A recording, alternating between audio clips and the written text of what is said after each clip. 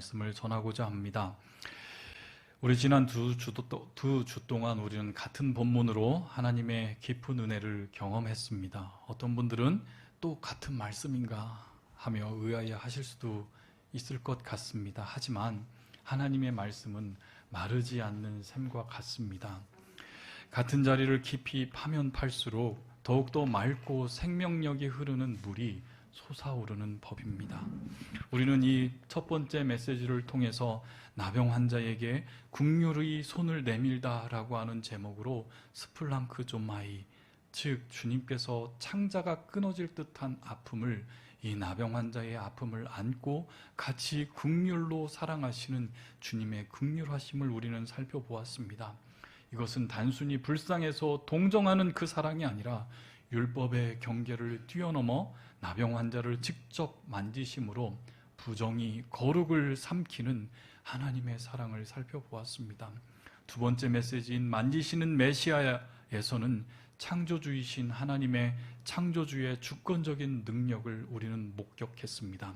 내가 원하노니 깨끗함을 받으라 라고 하는 선언은 단순한 치유가 아닌 하나님의 창조의, 새 창조의 역사였습니다. 주님은 그 환자를 단순히 고친 것이 아니라 완전히 새롭게 빚어내셨습니다. 오늘은 이 두 진리가 하나로 모아져서 복음이 어떻게 확정되어 가는지를 우리는 살펴보고자 합니다.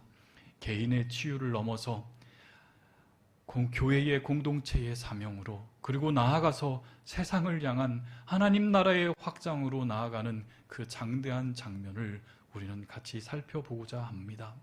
주님께서 만질 수 없는 자를 친히 만지셨듯이 이제 우리는 이를 통해서 세상을 우리를 통해서 세상이 만져지기를 원합니다. 인간의 연약함과 불순종함조차도 하나님의 주권적인 섭리를 막을 수 없습니다. 오히려 그 모든 것들이 하나님의 놀라운 구속 계획 속에서 사용되어지는 현장을 우리는 발견하게 될 것입니다.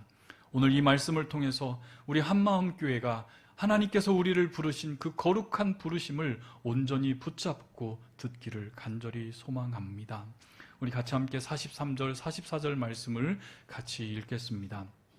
곧 보내시며 엄히 경고하사 이르시되 삼가 아무에게 아무 말도 하지 말고 가서 내 몸을 제사장에게 보이고 내가 깨끗하게 되었으니 모세가 명한 것을 드려 그들에게 입증하라 하셨더라. 아멘. 우리 주님은 이 낫게 된, 완전히 치유를 받게 된 나병 환자에게 무엇을 명령하셨습니까? 그렇죠. 아무것도 말하지 말고 침묵입니다. 침묵입니다. 우리의 인간적인 생각으로는 이해가 되지 않는 명령입니다. 왜요? 지금 당장 우리 교회에 불치병을 앓고 있었던 한 우리 형제 자매가, 우리 집사님 권사님이 제가 기도해서 나섰어요. 어떤 일이 벌어져요? 우리 교회에서? 어떻게 할 거예요? 어떻게 할 거예요? 우리 목사님이 기도했는데 암이 나왔다고. 우리 목사님이 기도했는데 우리 교회에 암 환자가 나왔다고. 어떻게 할 거예요? 그런 일 벌어지면 막 우리는 능력 있는 교회라고, 기적이 펼쳐지는 교회라고, 하나님의 은혜가 우리 안에 임하는 교회라고 막 그렇게 할 거 아니에요? 그런데 주님의 명령은 뭐였어요? 침묵하라. 왜 그랬을까요? 삼가 아무에게도 아무 말 하지 말라라고 경고하셨습니다. 그것은 주님께서 우리 인간들의 연약함과 악한 욕망을 아셨기 때문입니다. 왜냐하면 제가 여러분들과 같이 나눴던 것처럼 병 고치는 역사가 사람들에게는 중요하기 때문이죠. 얼마나 떠들고 다니고 싶습니까? 그런데 주님께서 침묵하라 하셨던 그 이면의 가장 큰 목적은, 주님께서 이 세상에 오신 목적이 병을 고치는 게 아니라는 것을 말씀하시는 것입니다. 주님께서 궁극적으로 그의 병을 고쳐주신 것은 그의 병을 낫게 함으로써 기적의 쇼를 사람들에게 알리려고 하는 것이 아니라 십자가의 부활을 통해 완성될 하나님의 나라의 복음이 죄인이 고통받고 있는 그 현실을 누리지 못하는 자들에게 하나님의 복음을 선포하는 것이 주님의 참된 목적이었기 때문입니다. 만약 이 사건이 사람들에게 퍼져나가면 사람들은 예수님을 즉각 자신의 문제들만 해결하는 분으로 오해하며 주님 앞에 나오게 될 것이 뻔하기 때문입니다. 그런데 주님께서는 병 낫는 게 결코 중요하지 않다라는 이야기를 하십니다. 여기서 우리는 매우 중요한 신학적인 통찰을 우리는 얻게 됩니다. 저는 이것을 굳이 기적이라고 이야기하지 않습니다. 여러분, 주님께 이게 기적이 됩니까? 나병 환자가 이 한센씨 병을 앓고 있는 고통을 알지 못하는 자가 자신의 손이 고름으로 헐어서 온갖 그 고름 냄새를 풍기고 다니고 있던 이 자에게 새로운 살이 돋았고 아픔을 느끼게 되고 완전히 된 것이 예수님께는 그게 기적입니까? 아니에요. 왜냐하면 창조주이신 예수님께 나병 환자를 치유하게 하는 것은 기적이 아닙니다. 자신이 창조한 것을 원래대로 회복시키는 것은 창조주이신 주님께는 그저 자연스러운 일입니다. 다만 우리가 그것을 인간의 관점에서 그것을 보기 때문에 우리의 인간적인 차원에서 볼 때는 그것을 기적이라고 칭송할 수밖에 없다라는 것입니다. 그런데 우리가 잠시 우리 자신을 그 환자의 자리에서 놓고 한번 상상해 봅시다. 만약에 내가 불치의 병에 걸렸거나 아니면 우리 가족이 불치의 병이 걸렸다면 여러분 어떻게 하십니까? 먼저 우리는 깊은 절망과 고통에 빠질 것입니다. 그리고 원망합니다. 그리고 그 원망의 화살이 누구에게 닿게 되어 있습니까? 고개만 끄덕거리면 말씀해 보세요. 그렇죠?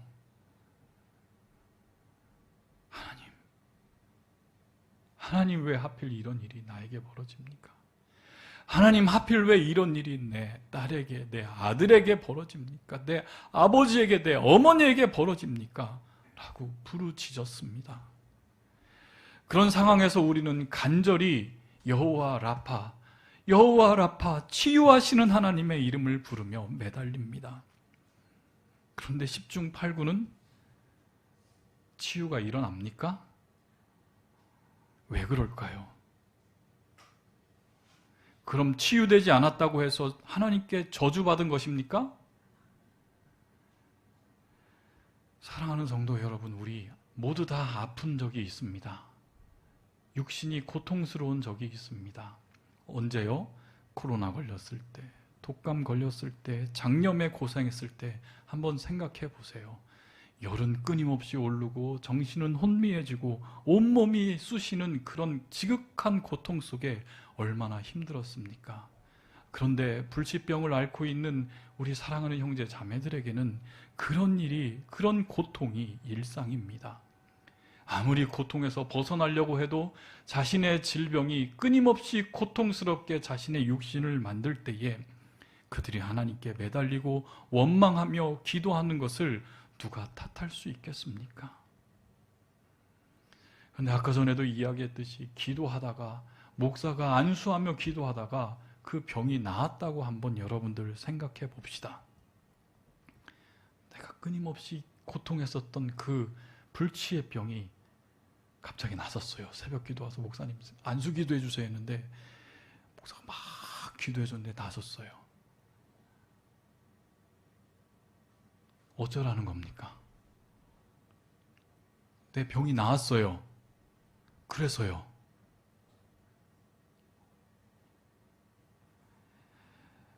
불치의 병인데 아주 훌륭한 의사 선생님을 만나서 갑자기 훌륭한 치료를 받고 병이 나았어요. 그런데요, 그래서요. 제가 묻는 이유를 아시겠어요? 여러분, 우리가 병을 나았다고 해서 우리에게 무슨 일이 벌어지냐는 거예요. 그리스도인으로서요.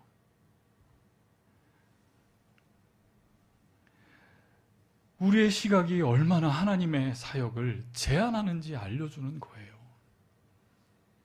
여러분, 목사가 성도들을 위해서 간절히 낫기를 간구할 때에 마치 히스기야가 자기가 죽을 병을 앞에서 벽을 대고 하나님께 간절히 간구하여 어떤 일이 벌어졌어요? 15년의 생명의 연장을 얻게 되었잖아요. 제가 우리 성도들을 위해서, 몸 아픈 성도들을 위해서 간구하는 것은 치유하시는 하나님의 능력을 믿고 간구합니다. 그런데 히스기야가 어떤 일이 벌어졌어요? 15년 동안 하나님께서 생명을 연장시켜 주었을 때에 그의 삶이 어떻게 되었어요? 실수하고 교만하고 성전에 있는 모든 집기들과 모든 보석들을 신흥 강대국이었던 바벨론 사신에게 보여줘 결국 그것으로 인해서 유다 왕국이 망해지는, 병이 나았는데 그것이 무엇이 되었어요? 우리가 고통 중에 주님 앞에 불부짓고 이 병을 낫게 하다고 하는 그 기도는 하나님 앞에 정말로 중요하지만 우리 주님께서 우리에게 주신 이 모든 것은 병이 낫는 데에 목적이 있지 않다는 거예요. 오히려 병이 나았을 때에 병이 나은 걸 가지고 오히려 더 하나님 앞에 거룩한 성도로 살아가게 되겠습니까? 아니면 죄악된 모습으로 더 죄를 짓고 살아가겠습니까? 사실 중요한 것은 병을 낫고 병이 완치되고, 아니 병이 들어서 내가 그 병을 안고 죽는 것, 그게 중요한 게 아니라 바로 주님 앞에 매달리는 그 자리에 의미가 있는 것입니다. 고통스럽게 하셨기 때문에 인생의 고통을 품고 우리가 무엇을 하기 시작했어요? 그렇죠? 하나님을 찾기 시작했어요. 고통하지 않았으면 하나님 안 찾아요. 고통하지 않았으면 하나님 안 찾는 그 자체. 그런데 고통을 품고 하나님께 기도하는 그 자체, 이미 그것이 그 자리가 우리에게 주신 큰 은혜라는 사실입니다. 절망 속에서도 하나님을 찾는 마음, 그리고 원망하면서도 결국 하나님 앞에 나오는 그 영혼의 몸짓 그 자체가 하나님의 사랑 안에 있는 증거라는 것입니다. 본문의 나병 환자는 완전히 치유되었습니다. 주님께는 너무 당연한 일이었고 특별한 일도 되는 일이 아니었습니다. 그래서 그 사람이 어떻게 되었습니까? 그 환자가 성숙한 거룩한 그리스도인이 되었습니까? 주님께서 그에게 부탁하신 것은 단 한 가지였습니다. 제발 조용히 하라고. 특별한 일도 아니고 아무것도 아니고 그건 너무 당연한 일이고 당신의 믿음이 하나님께 연결되어져서 하나님의 나라가 그의 마음에 임한 것이니 그저 그것으로 조용하라고. 그런데 주님의 부탁은 무시되었고 그는 온 동네에 소문을 퍼뜨렸습니다. 그의 마음을 이해 못할 것은 아닙니다. 그의 평생 완전히 사회와 가족으로부터, 심지어는 교회로부터 그는 완전히 분리되어 격리되어 살았던 그가 이제 그와 연결된 많은 사람들과 연결되며 살아가고 있으니 만나는 사람마다 그에게 어찌된 일이라고 물어볼 때 어찌 말하지 않을 수 없겠습니까? 저라도 똑같이 했을 것 같아요. 하지만 여기서 우리는 중요한 교훈을 얻어야만 합니다. 몸이 나은 것과 사람이 변하는 것은 전혀 다른 문제라는 것입니다. 병에 나은 후의 삶, 그것이 진정하게 중요한 것입니다. 바로 치유 자체에 목적이 있는 것이 아니라 그 치유를 통해서, 아니 치유받지 않더라도 그 과정을 통해서 하나님을 더 깊이 알고 거룩한 삶을 살게 하는 것, 그것이 바로 주님이 오신, 이 땅에 오신 주님의 참된 목적입니다. 그래서 많은 경우 우리는 병에 낫는 순간 만족하고 다시 세상에 흩어져 살게 됩니다. 하지만 주님은 단순히 우리의 몸만을 회복시키시는 분이 아닙니다. 주님은 바로 우리의 영혼까지, 우리의 온 우리의 온 존재가 거룩하게 빚어가기를 원하시는 것이 바로 주님이 이 땅에 오신 목적입니다. 그래서 주님은 하나님의 구원의 계획이 순서와 때가 있음을 아시고 침묵을 명하신 것입니다. 그것이 바로 하나님의 섭리이며 신학적이라고 이야기하면 하나님의 작정이라고 부르는 진리입니다. 하나님은 세상의 모든 일을 그냥 무작정 바람 흘러가듯 흘려보내지 아니하십니다. 처음부터 끝까지 그 모든 계획을 주권적으로 계획하셔서 그 계획을 반드시 이루어 가시는 하나님이십니다. 예수님의 사역도 마찬가지였습니다. 사람들의 박수와 인기보다는 십자가와 부활이라는 그 구속의 길을 끝까지 순종하며 가시는 것이 하나님의 뜻이었기에 우리 주님께서는 아직 때가 이르지 않고 침묵을 이 나병 환자에게 명하신 것입니다. 사랑하는 성도 여러분, 결국 저와 여러분이 원하는, 아니 하나님께서 우리를 통해서 이 세상에서 살아가기를 원하시는 그 과정은 바로 신앙생활의 핵심은 하나님의 때를 기다리는 훈련입니다. 우리는 지금 당장 응답받기를 원하고 지금 당장 내 눈앞에서 무엇인가 결과를 보고자 합니다. 하지만 주님은 언제나 하나님의 섭리, 하나님의 작정, 즉 하나님의 카이로스의 그 때를 따라 일하십니다. 우리 교회도 마찬가지입니다.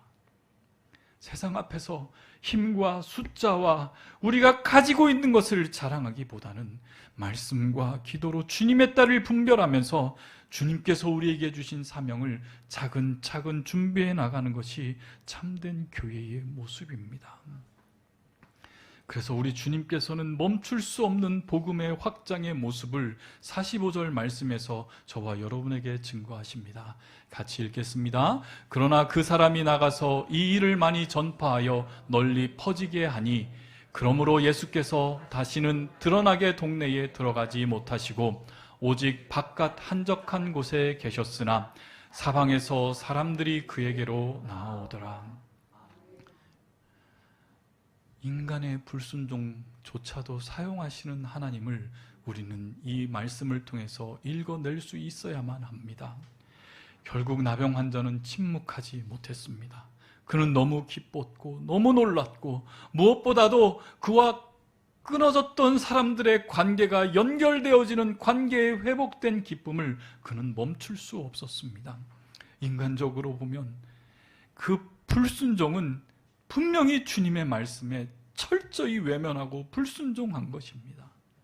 그런데 더욱더 놀라운 것은 주님께서는 그 불순종을 징계하시기보다는 이미 그가 그렇게 할 것을 이미 아셨고 그것마저도 복음의 확산의 도구로 사용하고 계신다는 점입니다. 여기서 우리는 하나님의 신비로운 섭리를 보게 됩니다. 인간의 불순종조차도 하나님의 뜻을 꺾을 수 없다는 놀라운 진리입니다. 하나님의 전능하신 주권으로 우리의 부족함과 실패까지도 당신의 구속의 역사에 엮어서 사용하시는 하나님이십니다. 이것을 웨스트민스터 신앙고백서 3장 1항은 다음과 같이 고백합니다. 같이 한번 읽어보겠습니다. 하나님께서는 가장 지혜롭고 거룩한 자신의 뜻의 계획에 따라 자유롭고 그리고 불변하게 장차 일어날 모든 일을 미리 정하셨습니다. 아멘.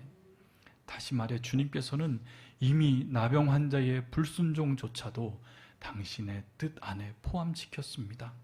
그렇다고 해서 하나님이 죄를 만드시는 분이라는 것은 아닙니다.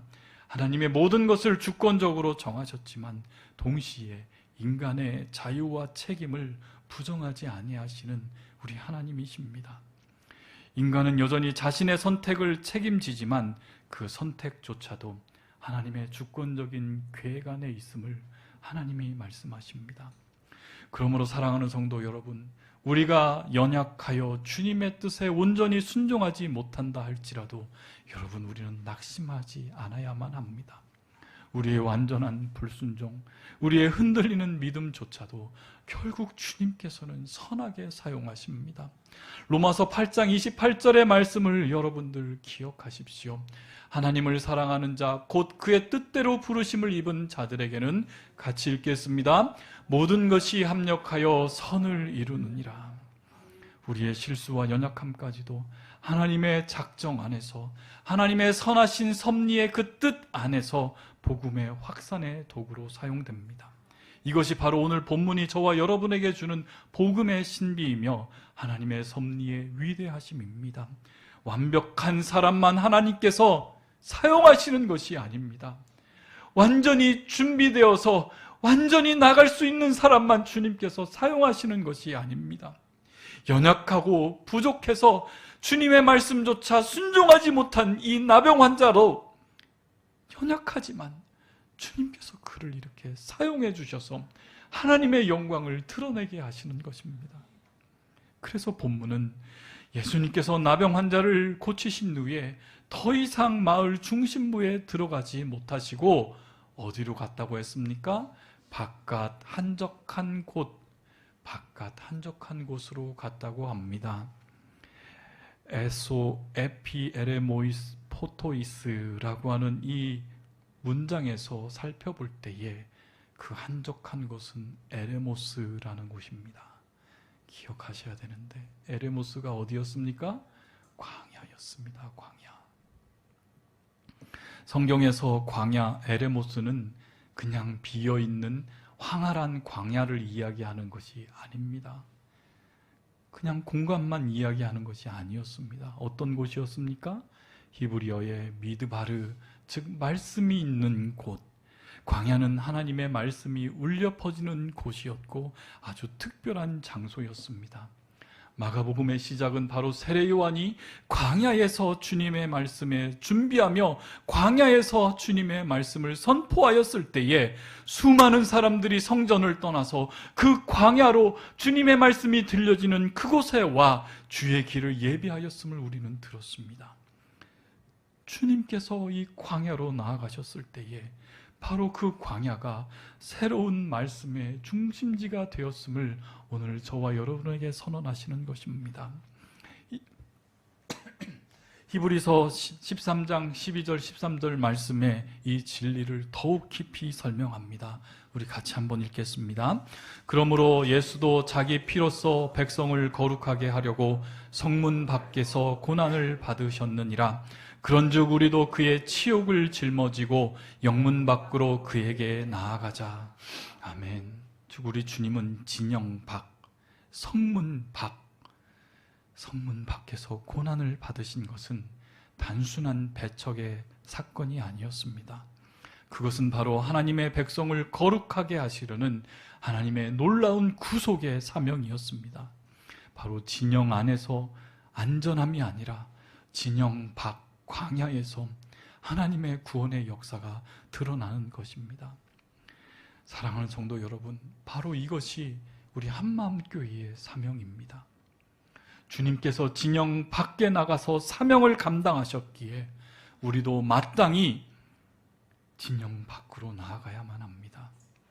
우리 교회가 울타리 안에서만 머물려고 한다면 우리는 주님을 진정으로 따르는 교회가 될 수 없습니다. 오히려 광야 같은 세상, 소외받고 상처받은 이들에게 그 자리에서 거룩과 부정의 경계에서 버려진 이들, 바로 그곳으로 우리는 달려가야만 합니다. 왜냐하면 그곳이 바로 참된 말씀의 자리이고 복음의 능력이 역사하는 자리이기 때문입니다. 결국 우리에게 던져지는 질문이 바로 이것입니다. 한마음교회여, 당신들은 지금 어디에 서 있습니까? 진영 안에 안전함 속에서 머물고 있습니까? 아니면 주님이 계신 그 바깥으로 가고자 합니까? 주님이 가신 길은 위험한 길이었고 치욕의 길이었습니다. 동시에 구원과 영광의 길이었습니다. 그 길에서는 교회만이 세상을 살리고 하나님의 역사를 증거할 수 있습니다.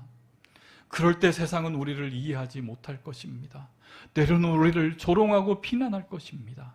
그러나 그것이 바로 우리가 올바른 길을 가고 있다는 증거가 될 것입니다. 주님께서 그 길을 먼저 걸어가셨고 우리 교회도 우리도 그 길을 걸어가기를 바랍니다.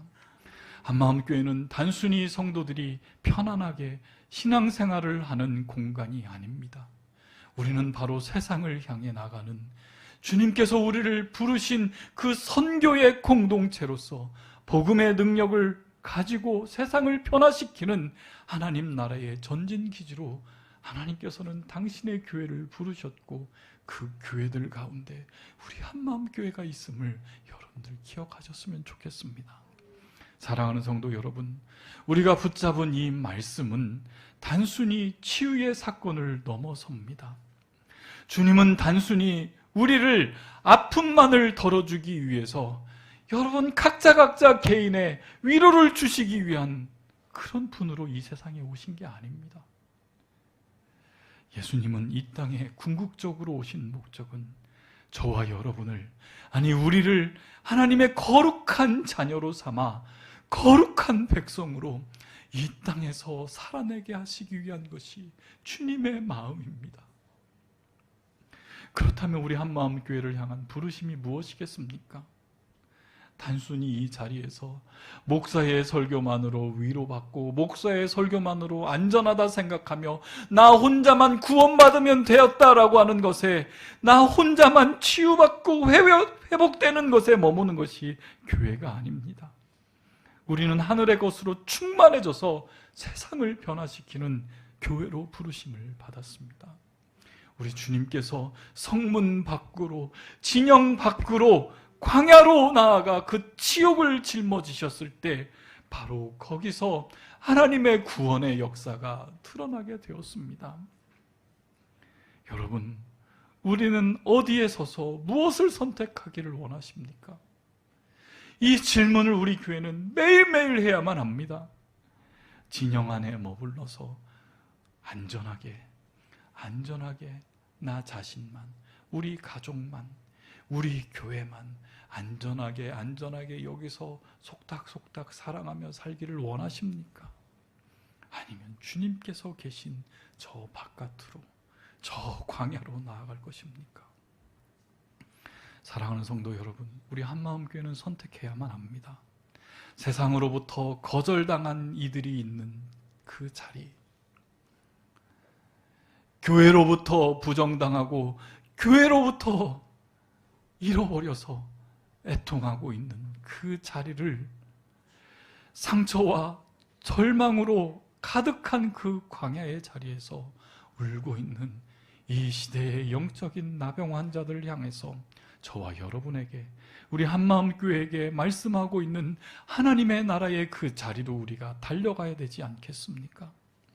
주님이 가신 길은 분명히 위험하고 때로는 치욕스러운 길이 될 것일 수도 있습니다. 그러나 그 길은 구원과 영광의 길이기도 합니다.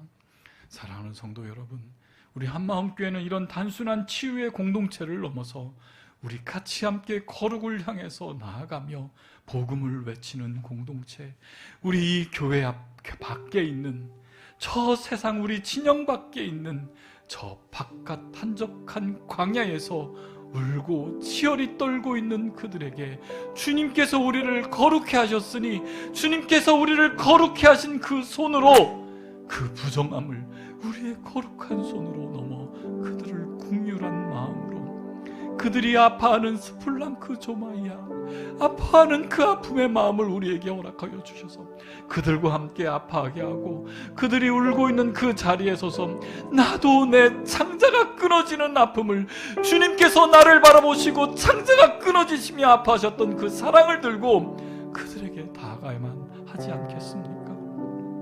여러분, 가슴이 뛰지 않습니까? 하나님께서 지금 저와 여러분을 놀라운 이 초대의 자리로 우리를 초대하고 있는 것입니다.